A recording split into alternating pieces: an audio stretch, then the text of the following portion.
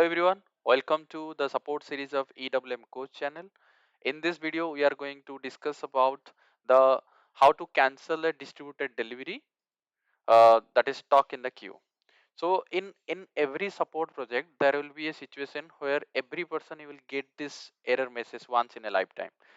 This is kind of a situation where uh, it is not that easy to solve using a T code, standard T code. So every person has to reach to a ABAPer to solve this issue.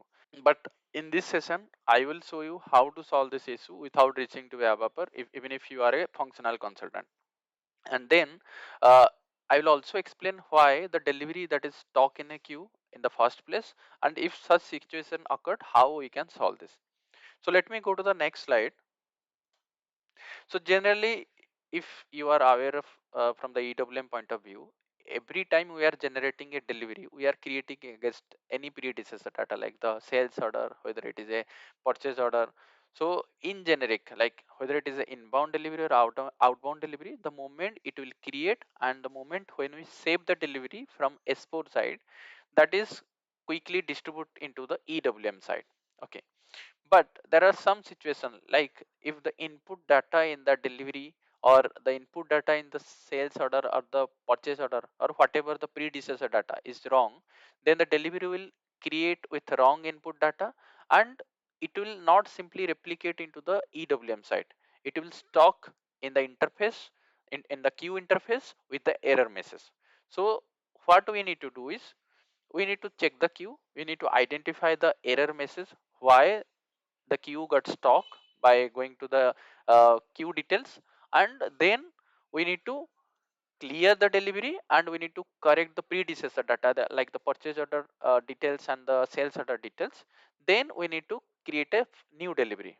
Okay, so that we need to do, but the problem is the moment when the delivery will create in the S4 side, when it will distribute, uh, it will not allow the person to change anything from the S4 side.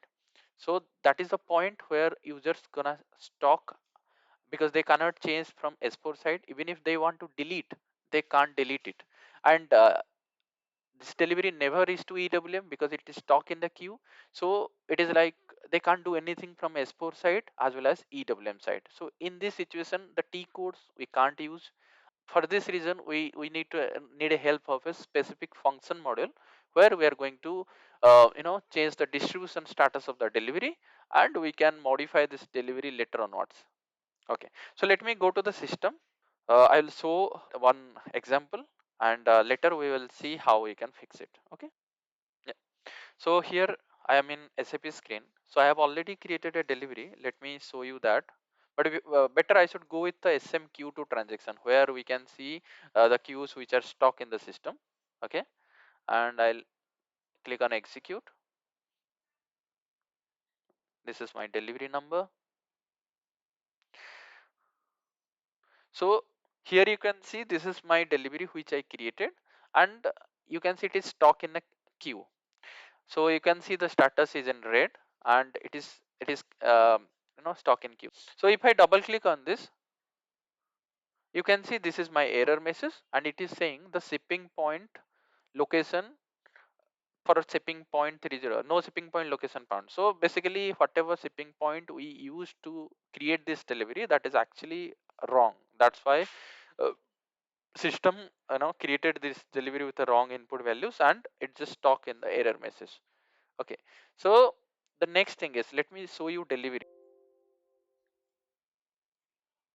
So currently it is my outbound delivery, and if I want to see the outbound delivery, the T code is VL03N, and I will provide my delivery number, which is this, and enter.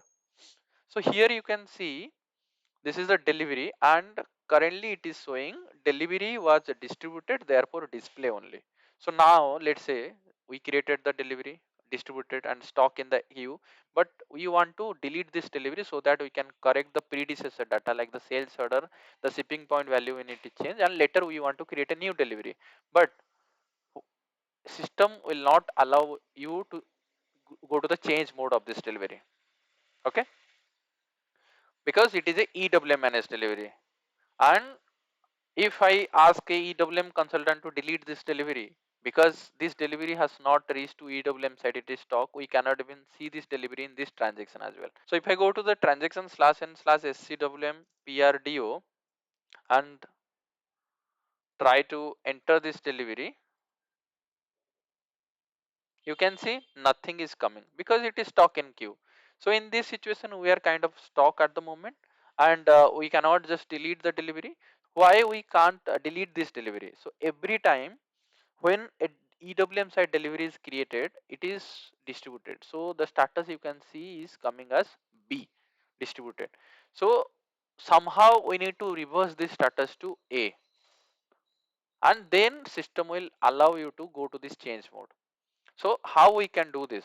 There is no standard T code to do this. We will go to a function module using the T code SC37 slash O SC37, and I'm going to use the function module this SPE delivery reset distribution status. So I'm going to paste this function module in the description so that you can use this. And once we provide this function module, we need to click on this execute option. Okay, and here you can see it is asking for the delivery keys, and here we need to double click on this table kind of thing, and we need to provide the delivery number. So BBELN is the technical name for our delivery number. So I'll provide the delivery number, and I just hit enter, and I'll just click on this back option, and you can see initially it was 0 entry, now it is showing 1 entry, and I'll just click on execute. So I need to click on this execute option.